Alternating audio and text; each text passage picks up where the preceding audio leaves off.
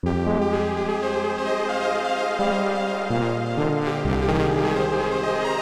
would you do if...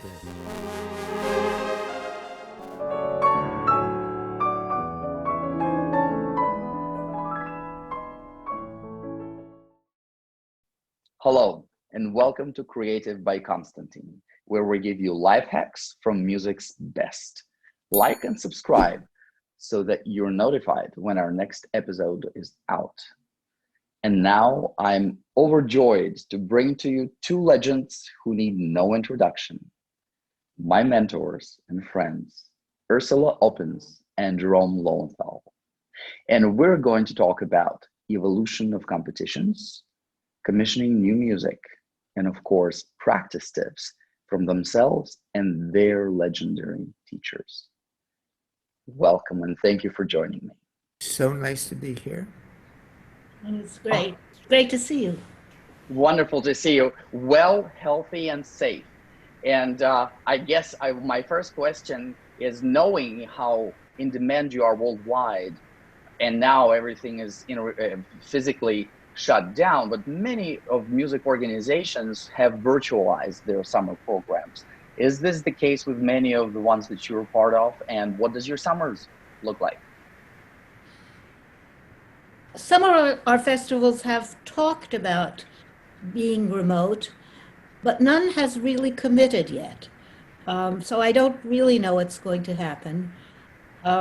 We've been doing remote teaching all spring, and even though the sound is terrible, I think something gets done, so it's, as we are very much in a state of what's better than nothing, it's okay. Absolutely, Jerry. Yes, as far as the festivals are concerned, there are those which have canceled, which at least half of them have simply canceled. There are those who say that they're continuing, but that remains to be seen. And then there are those who want to go online. I think Philadelphia is definitely online. Isn't that so, Ursula? Well, she never actually got back to us. All right. Well, as well as I thought I saw that it may be online. Yeah. Yes. Yeah. But other festivals are talking about being online because, of course, festivals in China, for example, the situation in China is great right now, and people tell me they're traveling to Shanghai and enjoying themselves. But for people coming from outside, it's very difficult, not to mention getting back to the United States. And so it might well be that a lot of festivals will go online for that reason. Yes. Also, there are travel restrictions now. Like a very nice festival that we've been to in Germany, they might be able to do something on a small scale, but we wouldn't be allowed to go by the German government. So there's that too. Of course. Yeah, well, then there's a concern of actually being on a plane, which is a confound space with a recycled air. So, those understandable. But it seems, as I've spoken with our colleague Antonio Pompabaldi, who has been teaching remotely in China, in place of, in fact, being there physically. I think that it, in a way, sort of opens borders wider than ever before, because provided people have internet connection, they can be part of this. Yes, the virus has produced many interesting things, some of them quite good. And we'll see how all that turns out when it's over. Absolutely. Did you, in your experience, notice any difference in the way that students are preparing for lessons with you when you're using remote learning technology? They need to.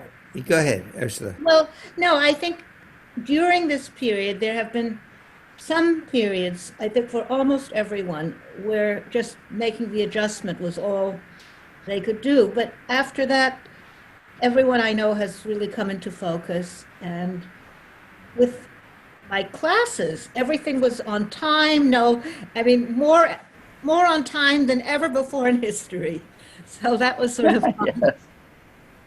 Jerry? Yes, I've had this experience with classes that students really enjoy the possibility of coming to classes and seeing their friends whom they can't see in the ordinary course of the day. So that, yes, the students, of course, need to be encouraged because there's always, at the edge of things, there's always a certain uneasiness about whether we will ever get back to life as we think of it. But they respond very warmly to encouragement and very warmly to contact, actually. So in that sense, things are better than they were before, that everybody needs the contact so much. Yes, I think that it is historically the first pandemic in humanity in our recorded history where, while being physically isolated, we have never been more with each other. Right. Because it simply wasn't possible even 10 years ago. Right. And I think frequently about, a Spanish influenza from 100 years ago, or the medieval plagues, when people really sat in their homes and didn't know whether everyone will be dead when they step out. And now we can do all the things we do. Right. We can know who is alive. Yes. We get a visual verification.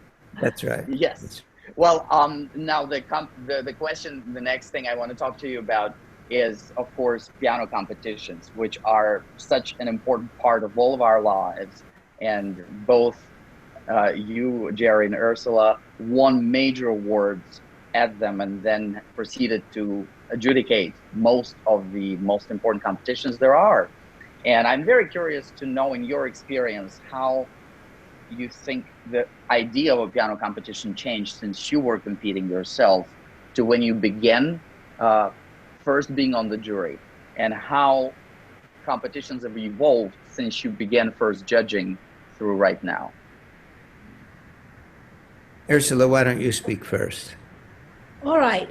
Well, I think the first thing to know about competitions is, at the high level of competitions, is that everyone is fantastic, and it is very difficult to say, I vote for this person and not for that person. And you have to really be aware of the fallibility of the judges. And the fallibility is simply because, everyone, almost everyone is fantastic, somewhat different from each other, which is the best part of it. So one has to do a competition with the goal of actually playing one's own very best. One thing that's marvelous about competitions is that there's an audience, so that there are people who will love your playing, even if you don't become a winner, and will remember you, so that it is, as Jerry has said, it's really the concertizing platform for young adults. Yeah, true. Now, Jerry. Yes, competitions are a substitute for an active career. People, particularly major competitions, they have the opportunity to play large repertoire for enthusiastic audiences, which would not, by the way, come to hear them if they were simply brought as solo performers. And they, at the same time, have the chance to hear other people and to be socially part of the International Piano Network. So that is all wonderful. Perhaps the little exception that one has to say is that it's very hard to get into competitions today. So that there's a great competitive area for getting into the competition.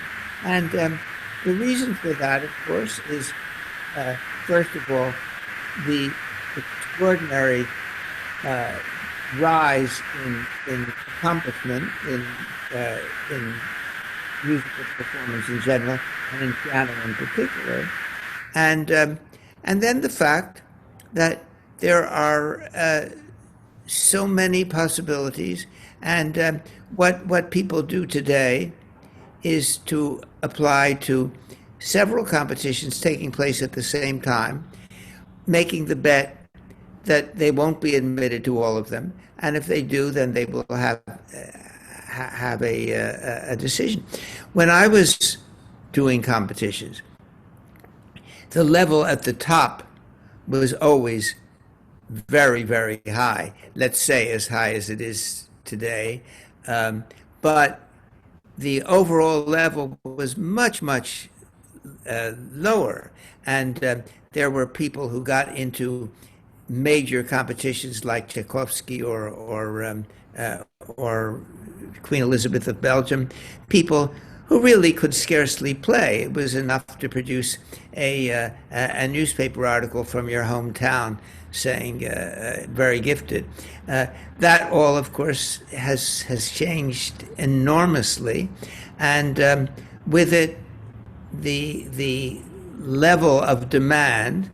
Certainly, when we were competitors, when I was a competitor, we took greater risks than people take today because we thought we could get away with it, and very often we did. And it's still possible to take risks, but it's much riskier, and people have to be really very, very well prepared, and they usually are. By risks, I'm just very curious. Do you have an example of what that risk might be? Well, I mean, like putting pieces on a program which you didn't really know. One did that sort of routinely. I put on my Queen Elizabeth repertoire for the Belgian piece. I put the Prelude, Aria, and Finale of César Franck. And then I put it down, and then I started learning it. And by the time of the competition, I had half learned it. I didn't expect to be asked to play it, but I was. And I managed to convince the jury that they would be more interested in hearing something else. So I got away with it. I don't advise that to anybody else, but one did do things like that. That's remarkable. I wonder if perhaps also some interpretive risks might be subject to mitigation today, because also most competitions at that level are live streamed. So you're basically live on air on top of performing in the space in front of the jury, but the world potentially is in fact watching. And I wonder... I think, okay, I'll answer you because I have a very definite opinion about this. I think that the idea of interpretive risks in competitions is a student idea. In fact, you can do anything in a competition interpretively, and you don't know how the jury is going to react. But there's many people tell me, well, you can't do this in a competition. You can't do, well, judges in a competition don't like this. And I say, who are judges in a competition? They are you and I. You perhaps because you're still an undergraduate student, not invited to judge the international competitions, but you will be. And your friends will be, and I will be. And so the best way interpretively to approach competitions is to play the way you think is the best, the most beautiful. And if the jury likes it, they will like it, and if they don't, they don't. That's my opinion. That's very valuable advice. Thank you for it, because I agree with you. I think that we have to follow our convictions and not try to second guess and be liked or adjust things to a situation. Yes. People often say to me, well, you can't play that in a competition. And I say, that's the sort of piece that will get you noticed in a competition. One thing I do tell students is that when they make repertoire for competitions, try to put in their program, their large program, one piece that the jury will be happy to hear. And that will never be the old standards. A jury may think that the Liszt Sonata, the Appassionata Sonata, and the Schumann Fantasy are the three greatest pieces in the repertoire. They don't want to hear them, however, because everybody plays them and because they're long but you put a piece by Szymanowski in a program, or Elliott Carter for that matter, or an interesting piece by Fauré, and the jury, at least some of the jury, immediately wakes up and thinks, "Oh, I don't have to try to fight sleep while the Prokofiev Seventh Sonata goes roaring around me." That's a beautiful way of putting it. Ursula, what are your thoughts? Basically the same. Jerry has really said everything that I would say. One does want a balance between something that the jury knows, obviously, and something that really takes them to a new place and entertains them. And but I think competitions really are good. And one of the reasons, actually, people like Mr. Lowenthal, as a young man, suggests a piece he doesn't know, is that the one way a competition cannot be good for a person is if you play the same repertoire over and over and over again and stop learning new repertoire. So you have to balance those two elements, because one's own development as an artist is, of course, the most important thing. Absolutely. And I have, of course, Jerry, you to thank for making me and discovering and making me learn pieces like Fauré's First Nocturne that, for me, turned out to be a great competition program opener. And with your encouragement, I programmed Mettner's Sonata Tragica, which somehow got a lot of screen time since, but wasn't played quite a lot at the time that I learned it. So for many people, I've heard that they just didn't know the piece, and it was, a wonderful substitution for something much more familiar. Right. But now you mentioned Elliott Carter, and of course both you and Ursula are legendary champions of American new music. And I wanted to see if you had interesting stories to share about the commissions that were written for you. What was your relationship with a composer's process, if any? Did they just sort of drop you a ready score, or did you discuss what the piece would be about, and all those types of things? Ursula, you answered that first. The only thing I might discuss with somebody is the general length, though I certainly never discussed it with Frederick Shevsky. When I got the hour-long People United Will Never Be Defeated. Just yesterday, I was talking to a composer, and the question is,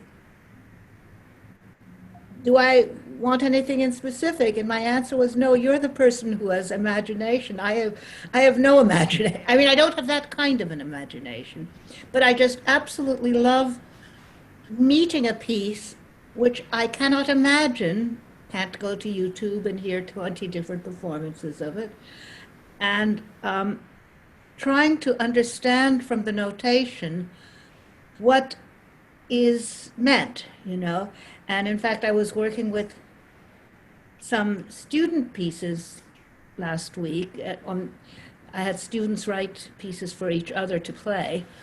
And, the idea that this comes from Elliott Carter, but is in all music. Different kinds of music are different characters. They're different, like different people. And you want to sort of show them and bring them out. And that is part of expressivity in music. And it's really kind of fun to find out the cast of characters in a new piece. Not in a new play. Which is a new play, of course, in our imagination. Yes, right. So the rule is, don't expect a composer to write a piece that's like the one that you admire so much and for which you asked him or her to write a piece, because the composer wants to do something new. When Arnold Schoenberg was in Los Angeles, he wanted to write for the movies. And somebody of power was very enthusiastic because he'd heard Verklärt de Nacht, an early work of Schoenberg, of course, and very beautiful, but not at all the sort of music that Schoenberg was going to write. Generally speaking, a composer will write something different from the last piece that he wrote. And so that when you choose the composer, you have to think not so much, is there a piece by him that I like, as do I like his spirit that will produce something something wonderful and if possible different. That's a wonderful way of looking at it. Do you have an example of a piece that you were really surprised to see in a wonderful way, but like sort of, wow, I didn't see that coming? Well, for me, the biggest example of that is The People United Will Never Be Defeated. I had heard Fredericzewski's group Musica Electronica Viva do the most abstract improvisation, and there was scratching on glass and electronics and all kinds of wild sounds. This was the early 70s. And so basically, I expected something a bit like that. And so then when I got 36 variations, of which many, many, many are tonal, some are not, they're fabulous. But that was the most surprising piece I ever got, in a way. Wow. Yes, rightfully so. Jerry? Yes, I had experiences like that also. I commissioned Ned Rorem to write a concerto for me. And I was very much influenced by a piece that I'd heard, Lions, I think it's called, yes, an orchestra piece with a wonderful, warm jazz section. And I imagined something like that. And what I got was something very different, very interesting. The first movement was all for right hand alone. This was a way of turning around the familiar idea of music for left hand alone. And I loved the piece, but it wasn't at all what I was expecting. So it's the same process that happens repeatedly. That's very. How is it to play with only right hand? I never tried. Well, I mean, to really perform. Look, I would say, well, you have to do a great deal of leaning, but it's in one way less satisfactory than left hand alone, because when you play with left hand alone, you reach out to the audience as you get to the melody. You move this way, and moving this way is moving away from the audience. So otherwise it's more or less the same. Look, really, if God had made our hands differently, you see, we would have powerful fingers playing the melody and the bass note, instead of which we have the fifth finger, so we have to use our whole weight to do that. Indeed, yes, that's a wonderful way of talking about what was it, left versus right hand alone, for sure. How do you feel about memorizing new music, or is it doesn't matter at all whether you use the score or whether you commit it to memory, or what would your suggestion be if it's even important? I'll answer that. Look, for me, it's much preferable to play from memory. Much. It frees me, and in every way I like it. But unfortunately, one is limited, and at my distinguished age of 88, I don't memorize with the same rapid facility that I did when I was 18. So one has to accept possibilities, and of course, many great pianists have played entirely from from music, particularly as they got older. Well, I should say my first quarantine project was to memorize Catenaire, which a lot of young people play by memory. But as we said, as you get older, it becomes harder and harder and harder to memorize. The very first time, about a week ago, that I felt I could play it from beginning to end by memory was when I broke a string in the high B. So, which is particularly a problem now, because you can't just call the piano tuner and say, come over and fix my string. right. Of course. So I have a very specific answer to. But that's a piece which really, I mean, I wasn't going to say every young person plays by memory. But of course, Harmony Jules has a video of it when she was 11 playing by memory. And a lot of wonderful young pianists do. So I thought that was a good test for me. But I certainly wouldn't insist on it, because one thing is it would make people play less new music. So That's very accurate, yes. I find it, I like to play from memory, but certain things, if I'm not 100% comfortable with having memorized it, I'd much rather use music and be accurate than just sort of get lost without it. Do you use a page turner? I recently have completely migrated to iPad, so I try to handle it myself. Right. Partially because it just sort of, I think for the audience, sometimes page turners is just an extra person there, so it can be visually distracting. And not all page turners can be trusted. Sometimes I don't trust myself, as I'm one of the worst page turners. I think because I get into the music, so I start listening to music as opposed to tracking the score of a person I'm turning for.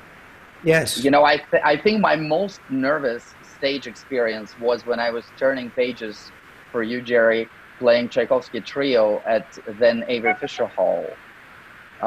Yes. I don't know if you remember that. I was terrified to not turn it. You turn pages. Well, you were wonderful, of course. And you see, what you say, of course, is absolutely true. A page turner increases the risk, but it also increases the interesting complexity of the performance. And when you have a marvelous artist like you turning pages, that makes it a quartet, not just a trio. Oh, well, thank you. Very kind to say that. But I felt that, I was part of the greatness that was happening, and the playing was so beautiful. And I just thought, please don't, let's keep tracking the page and not just, close my eyes and drift into the miracle of beautiful performance. But I try to page turn myself when I can, but some instances it's impossible. I mean, you have gone into the 21st century with an iPad. I've practiced with one, and it never was too reliable. So I've gone back to kindergarten, where I was very good at cutting and pasting. So with a lot of 20th century music, if you reduce some, you can do it yourself. You cannot do it with 19th century chamber music. That's where you either need to go into an iPad or need a page turner. But with most 20th century pieces, I've figured out a way. I memorize large sections sometimes, or it's reduced to almost invisibility. But it really is skills. I was very good at kindergarten. Well, this is a great tip, actually, for everyone. I have a very specific question I just thought about. I'm curious at what your answer will be. I was once, a number of times actually, challenged by having to play both on the keyboard and inside the piano on the strings. And of course, you look at the strings and I can't really tell which note is which. Maybe it's just me. So the only thing I came up with was attaching color-coded sticky notes to the strings that I was supposed to, depress or pluck, because otherwise I would just do the wrong note. Do you have a better tool than a sticky note? Of things, but a few years ago I realized there's one way, which I'd never seen before. Just color code the dampers, but take C sharp and D sharp and make them one color, and F sharp, G sharp, A sharp another color, and do that for the whole keyboard, and then you can play any piece on it. You always know where you are, and anyone can use it for different pieces. So that's brilliant. Thank you so much. I will definitely use that next time. I didn't it's used for think of it. everything. You know, I hadn't thought of it because I don't know why I hadn't thought of it. You know, for 45 Well, years. and I remember just having to look at the strings, and I felt so helpless because all of a sudden it felt like I just don't know what the piano looks like because I couldn't find the middle C because they all play the same. But anyway, so color code the dampers. That's very good. Interesting question. I'm curious. Have both of you ever conducted a concerto while playing it? Actually have not. So my students have often, and of course it's usually done with early classical, with Mozart in particular. But Dmitri Mitropoulos used to conduct and play the Prokofiev Third Concerto, and he apologized for it. He said it's not really a good idea, but it's a good show, and he made a very interesting recording doing that. And of course, Bernstein used to do a lot, though I don't think he ever did any with a big orchestra. Iturbi in the movies. Are you familiar with Iturbi's movies? I think I saw. Yeah, Iturbi, Jose Iturbi, Right. a major pianist, a wonderful pianist, and he became a big Hollywood star during the Second World War, and there was one musical after another made around him, usually in which he played a pianist named Jose Iturbi or a conductor named Jose Iturbi, and you see him in those movies. Not merely playing and conducting, but also doing all sorts of acrobatics and leaping around. Whether he did that in concert, I don't know. So that comes to be a stunt, of course. But with classical music, it's the way it was conceived. Certainly, no one expected a conductor in Mozart's time to play. So it's a very important thing for a young pianist to learn how to do, I think. Yes, Ursula. Ursula, have we lost Ursula? No, I was Yeah. getting some Yeah. feedback, so I put on the mute. Yeah. I've never done it, but have you? No, but I'm beginning to be quite curious to do it actually, because I've seen a few of our colleagues. Of course, Andrew Van Ooyen, he did it, and I thought very beautifully. And a few people said, "Well, why don't you try it?" So maybe I think I will. Yes. But I think it really belongs with a Bach, Haydn, or Mozart concerto, or another concerto of that period. I mean, I would not fathom doing it with a Rachmaninoff 4 or Brahms 2. But speaking of the concerti, do you have a quick recipe how to put together a good performance with the least rehearsal with the orchestra? Because so frequently in competition finals, as well as in actual real life, the conductor wants to work on the symphony, and the piano concerto just sort of gets the least possible time. And some concerti really could benefit from more. And I feel that always becomes our burden, the pianist's burden, to make it work. Do you have any suggestions? Well, the most important thing is to have a piano conductor rehearsal. And if you don't have that, then most of the orchestra rehearsal is wasted. So if you have that, you can do it with basically very little time. A fun experience I had once was with Elliott Carter Piano Concerto with the Chicago Symphony, which had been on tour. And our first rehearsal was on a Wednesday for a Thursday performance. And the orchestra was in the worst possible mood. And they started playing, junk. And Michael Gielan was the conductor. And then he whistled each of their parts.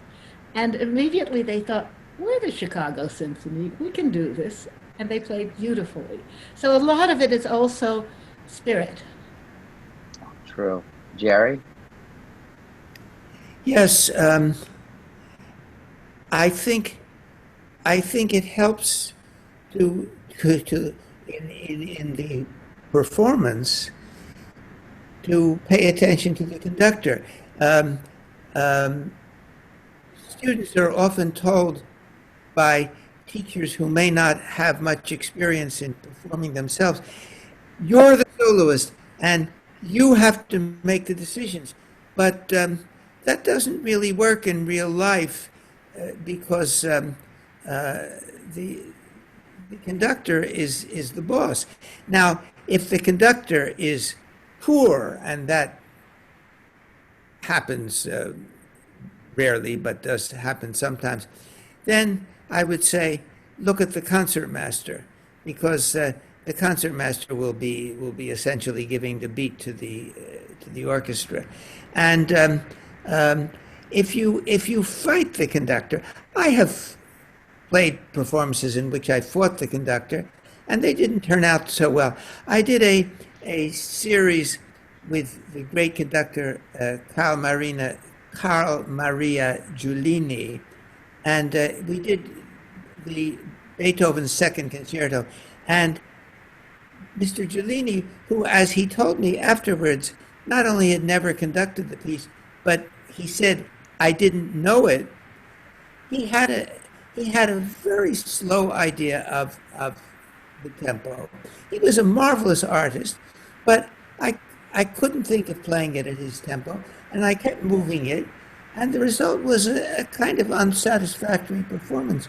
So it was a subscription series, and the next time I simply followed him.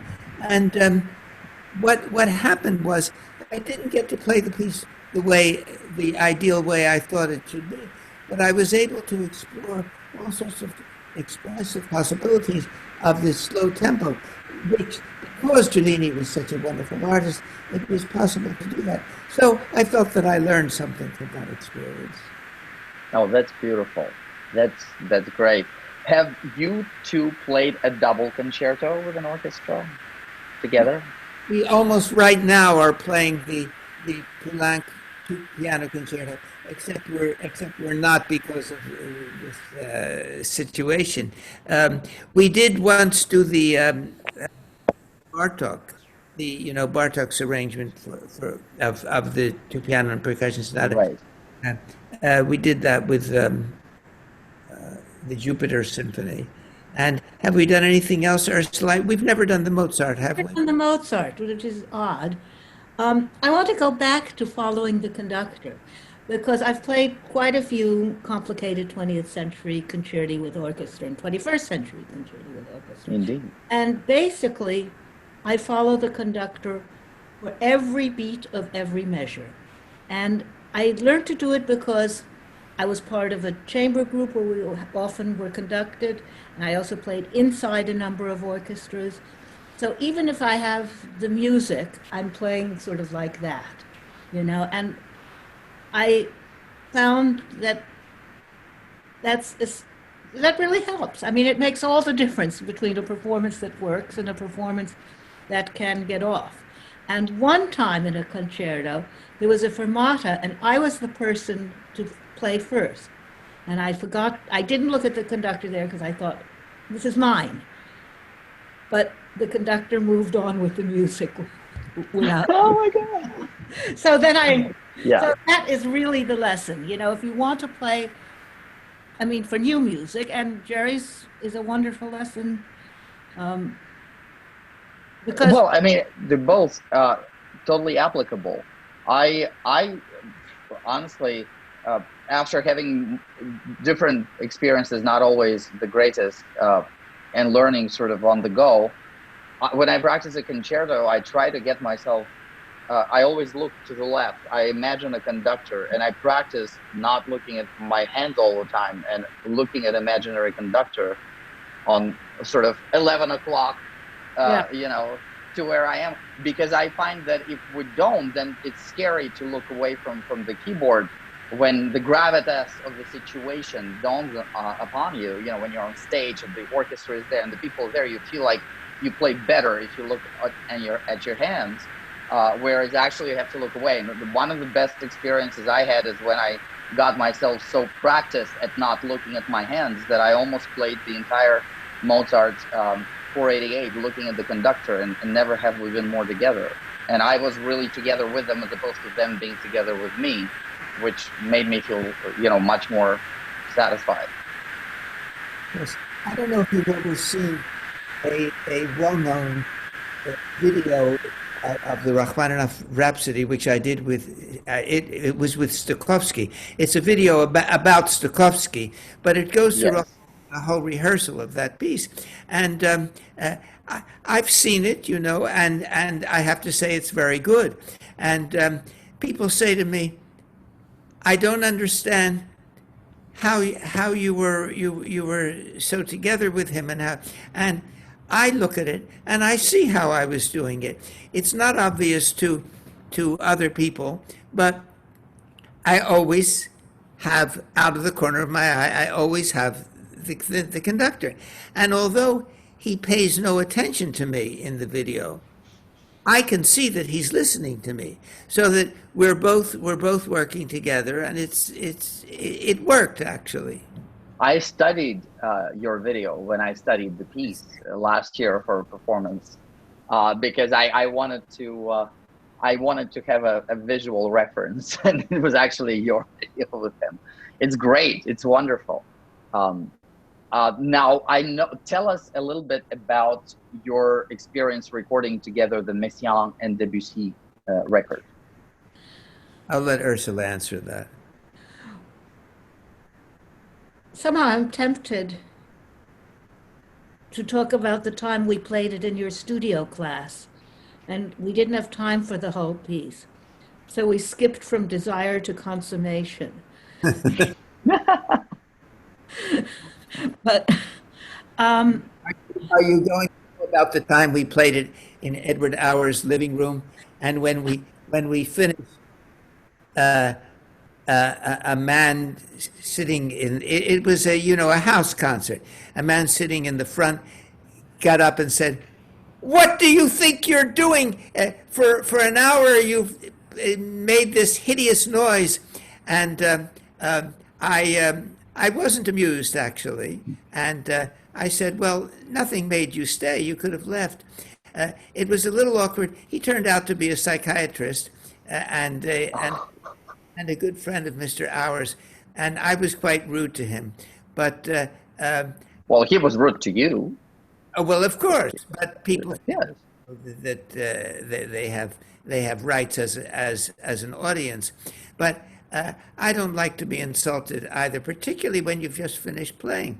Now, let's say that the acoustics were probably wrong for the Messiaen, which in the recording, of course, we had perfect acoustics, and we had a wonderful time.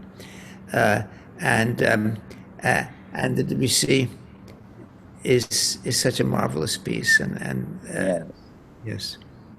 When you record, because both of you recorded so much, what, in your personal preference, do you prefer to have a big master take and then maybe do a little pickups here and there, or do you really want? The answer is yes.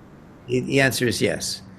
Go through the whole piece, and then do it in parts. Don't you think so, Ursula? absolutely yes. And then sometimes you go through the whole piece, maybe twice, then you clean up something. And at the very end, you go through the whole piece again. And that can be the best of all, because because you're relaxed, you know that you have it, and then you just enjoy playing. Absolutely. No, I in the first my first experiences, I made a mistake of kind of overthinking it and sectionalizing things, and then it's so much more difficult and time consuming to do. And of course, Ursula, you have 5 Grammy nominations. Am I correct? Yes. This must be so exciting every time. I know that you and Jerry went to an awards one of the recent years. Is that correct? We went twice. It was lots of fun. Those people, of course, classical music plays a very small part in those ceremonies. but the people who were the stars are not part of our lives, and we had a lot of fun seeing them. Um, you know, pouting over, or rather boasting, "This is my first Grammy." That was Taylor Swift, and I remember with what pathos she said that. Oh, that's wonderful. I would just give anything to see you and Ursula on the red carpet at the Grammys. But the first time we went to the big show, of course, and these singers were doing amazing things. Like Lady Gaga was somewhere halfway between the ceiling and the floor, upside down singing, and they were doing just astonishing things. The second, did we only go twice or three times? I'm not Well, that's what I wasn't sure of. Maybe we went 3 times. sure. Anyway, just by the third time, they were more standing in place. And I mean, they're still fantastic, but it was not what it had been the first time when sort Yeah. of acrobatics were just, I mean, the most astonishing acrobatics were part of it while they sang. Yeah, that's always that's part of the show. I mean, the most exciting part of the show, and I think they get ready every year to outdo themselves, with the Grammy performances. Well, we have felt that they didn't. So for the next one, for the sixth, we might not go. Right. Well, or we just have to write to Lady Gaga and ask her to do another acrobatic Right. stunt. Now, I wanted to ask you, because both of you studied with such legends of piano. Between the two of you, it's Alfred Cortot, Steuermann, Capel, Rosina, Lhévinne, Leonard Schur. Is there something a thing that they said, or something that you carry with you that you find extremely helpful across time, across everything, that just works, that belongs to each of them? Ursula, you answer first. Well, I loved studying with Rosina Lhévinne, and she was not as articulate in detail as some other teachers, but she was tremendously inspiring. Perhaps one of the things I remember the most, I was studying with her the spring Martin Luther King got shot. And so she canceled all lessons for 2 weeks. And the next two lessons, we just took walks. And she lived on LaSalle Place, and we'd sort of walk through Harlem a bit. And that's all she could do, and talk about the world. And that she was not removed from the world at all. And that maybe has stayed with me the most. Leonard Schur was a very detailed teacher. But a statement he made is one of the most wrong statements for me. He said, "There's only one right way to play a piece." And of course, I think absolutely the opposite. There are a million wonderful ways of playing every piece. And so in a way, by defining how I want to think, even though it's in opposition to him, he also was a great help to me. Well, that's a beautiful answer, because frequently it's the opposition that creates a very strong point of view. That's right. Joseph Fuchs said to me once, you know, the violinist Joseph Yes, yes. Fuchs, said, for every 10 ways, every 10 tempi for a piece, 10 possible tempi, 9 are correct. And I loved that. Now, for my experience with teachers, I can say, starting back with Isabella Vengerova, that I learned from her how to produce sound with my wrist. From Olga Samarov, my beloved Olga Samarov, I learned to think of myself as an artist. From William Capel, I learned that being a pianist is a demanding vocation and not merely pleasure. From Edward Steuermann, I learned that the important thing in music was to find oneself in the music. And from Alfred Cortot, well, I learned what it was like to be Alfred Cortot, which was a great, great illumination. What was it like to be in Paris at the time? Well, you know, Paris was less beautiful then than it is now, because everything was covered with gray.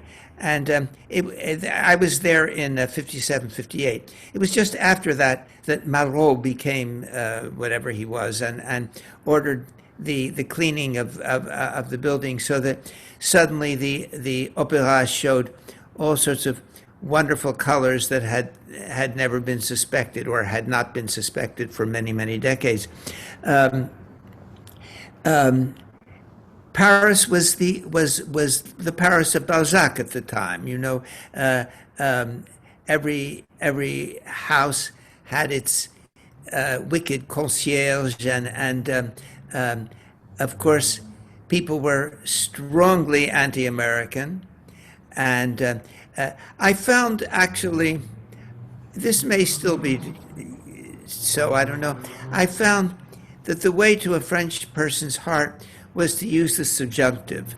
So if I said, j'aime mieux que tout soit clair, I like that everything be clear instead of everything is clear, you know. I would get a certain look, and que vous parlez admirablement français, monsieur. But all that, I mean, France is still a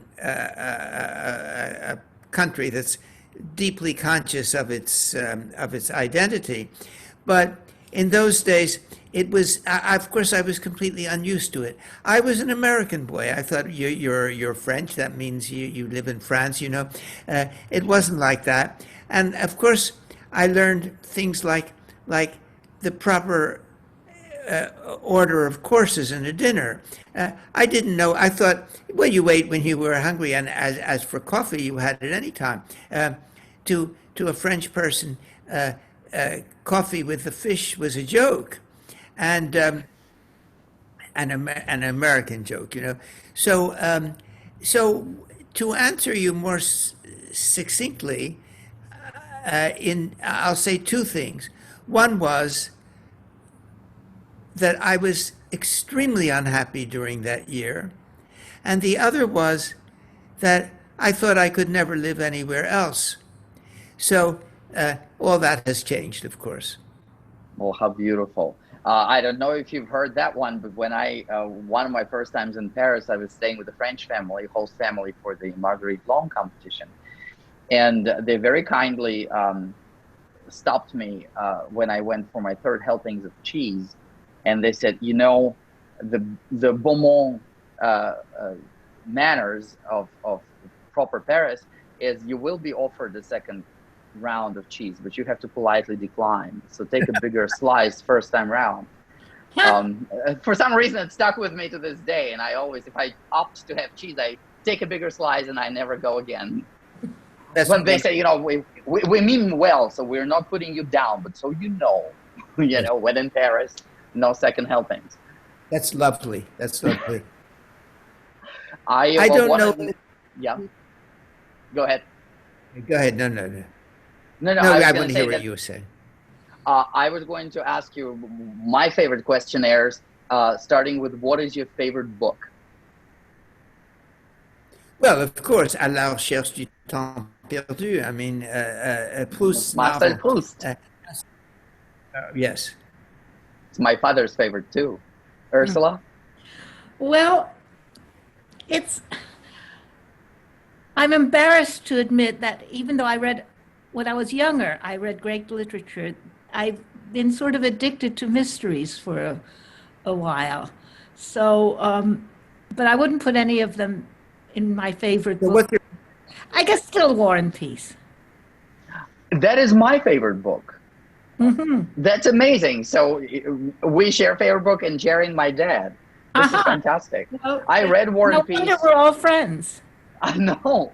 I read War and Peace one summer at the beach, the most unlikely place. I just couldn't put it down. I mean, I was in the right frame of mind, and it's such an amazing book. Beach read, you know. Yeah. I mean, at some point, my parents said, don't you want to wrap it in a super cover of, I don't know, Harry Potter or something, so you don't look dumb. But I was very proud of reading it on the beach. What would you say to a parent of a music student? Make sure that you enjoy your lessons and look forward to them. I would say that's especially for a young music student, someone who's not independent and in college. I would say the most important thing is that you like your teacher. I think... Did I understand Konstantin's question correctly? I'm talking to a parent of a right. So the parent should pay attention to how much the child likes the teacher. You're talking about a student. Yes. And Jerry, answer. Yes. Well,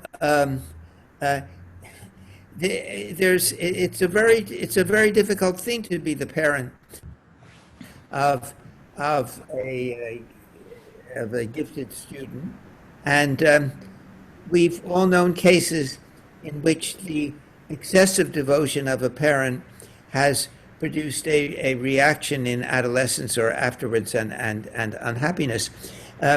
My mother used to say when I was a young active pianist, she would always say, "I never wanted you to be a musician." And of course, this really was absolutely not true. But she felt deprived by the reality of the situation, which wasn't all glamour and joy. But the parent has to be encouraging and at the same time non-prescriptive. And even though some people have flourished under tyrannical parents' insistence, it usually works best if the parent, as I say, encourages, if the parent pays attention to what the student is doing. The parent should be aware musically of the student, but try not to put pressure on the student. Perfect. I should mention that Jerry has 3 teenage grandchildren, each of which plays a string instrument extremely well, but they aren't thinking at this time that they might be professional musicians, though we feel that's an option, but they're growing up with a great deal of a great variety of interests, but they also play so well. Well, that's what makes a path forward if they choose to become a professional musicians is that they be people of variety of interests. Right. So important. What would you say to a music teacher?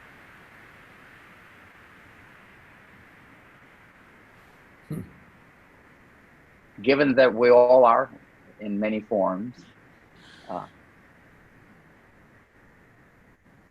Be as helpful as you can, be encouraging. Keep your hands off the student. Yes. Yes, that's very important. Yeah. I always thought that, you see, not for moral reasons. I hated it when I was being pushed around by teachers, and I make a point, even when talking about what one does with one's hands, I make a point not of grabbing the student and doing this and that, but showing on my own hand what to do, which works very well. I find sometimes if I just look at a student in a certain way, they know that their shoulders are raised and they drop them. And I don't even have to say anything anymore, because that's maybe the most, and we all do it. I do it in practicing, when you get tense. And that's probably the most common physical thing that's unhelpful. as Jerry says, you don't have to, not, it isn't that don't have to touch the shoulders. I don't even have to say anything. I just, Yes, I remember when I was a young student, a child really, and of course I did that too. So one of my teachers would very quietly come from behind and like push really strong shoulders down, and it always jolted me. I mean, I didn't hate it. I never sort of saw that happen. Yeah. Never ceased to startle me. So Yeah. Yes, I had that experience also, and I'm still recovering from it. yeah, it's very old school. What would you say to a music student? well, I do think that you have to focus on it in a continual fashion. I don't mean all day, every day, but that if you really want to make progress, it's more fun, I find, to practice seriously every day, and then I can feel myself getting better. I can hear myself getting better. Whereas if it's desultory, you sort of stay at the same level, and it's not as much fun. So I think a certain amount of concentration leads to a lot more fun with playing. And try to be as focused as you can be on that. I mean, sometimes one lets one's mind wander, and it's hard not to. But the most important thing is do it as little as possible. Yes, perfect. Jerry? Sometimes, not so often, but every once in a while, a student will break down in a lesson and start crying. And you assume that there's a personal problem, and you say, what's the trouble? And the trouble is usually a boyfriend or a girlfriend, or something personal. And what I say is,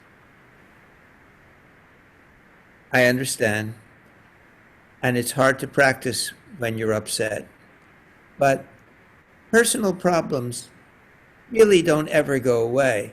They become different personal problems as you get older and you deal with them differently.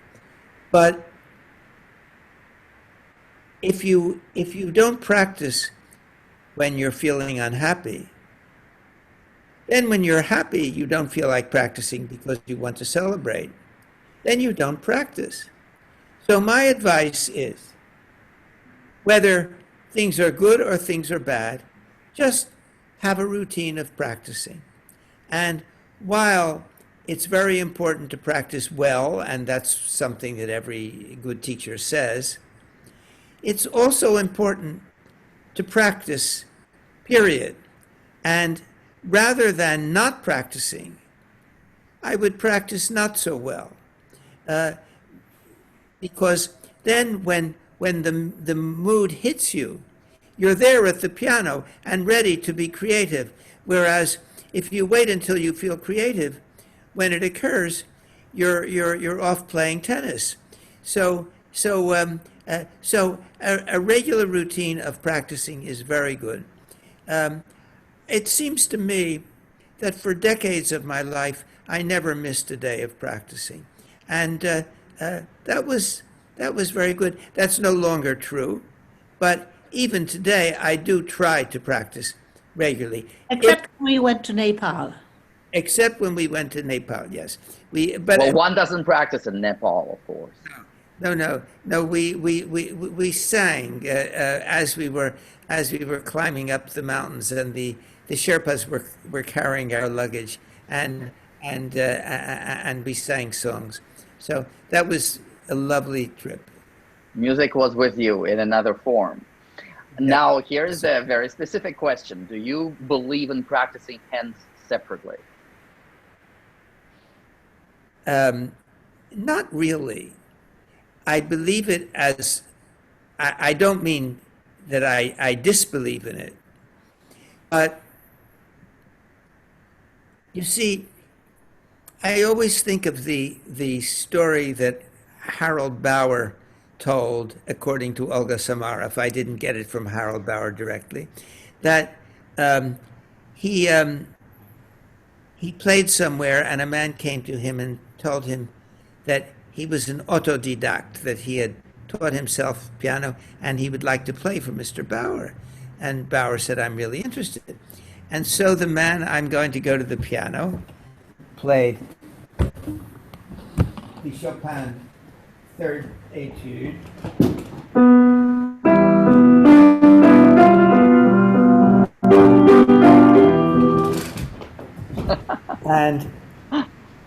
And Bauer stopped him and said, "But don't you know that it's in major and not?" The man said, "Oh, I put the sharps and flats in later."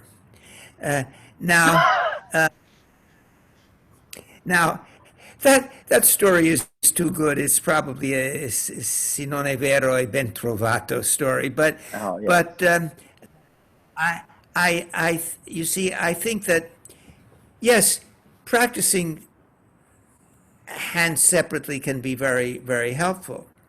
But finally, it's the way the two hands come together that matters. And I would say the same thing about pedaling. Many people are told you must practice without pedal. I think that's absurd. Pedaling is an intrinsic part of playing. It's not something you add or you don't add. That's why the question, do you use pedal when you play Bach, I think is the wrong question, because pedal, if you're playing piano, then you may use pedal and you may not use pedal, but it's part of playing. It's not something that you add like sauce to the music, and so I'm not discouraging practicing hands separately, but it should be done always with the idea of what it's going with, because our music is so much a duet of top line and bottom line, with things in the middle coming out from time to time, but generally giving color to the music. And so if we think just of the left hand, the playing tends to become mechanical. It tends to be yap, bump, bump, bump, bump. So I would say every once in a while practice hands separately, but always put it together. Thank you for that. Thank you. Ursula? I would just caution about, Yeah. oh, we have to stop. Just the Yeah, one yeah. thing, when you start a new piece, it's very important, if there's a legato passage, that immediately you learn it with a legato fingering. And don't, even if there will be pedal later on, your expressivity is so completely different if you can finger a legato rather than play separate notes that are hung together. And That's very important. That's very valuable. Thank you for saying that. I'm a huge proponent of that too.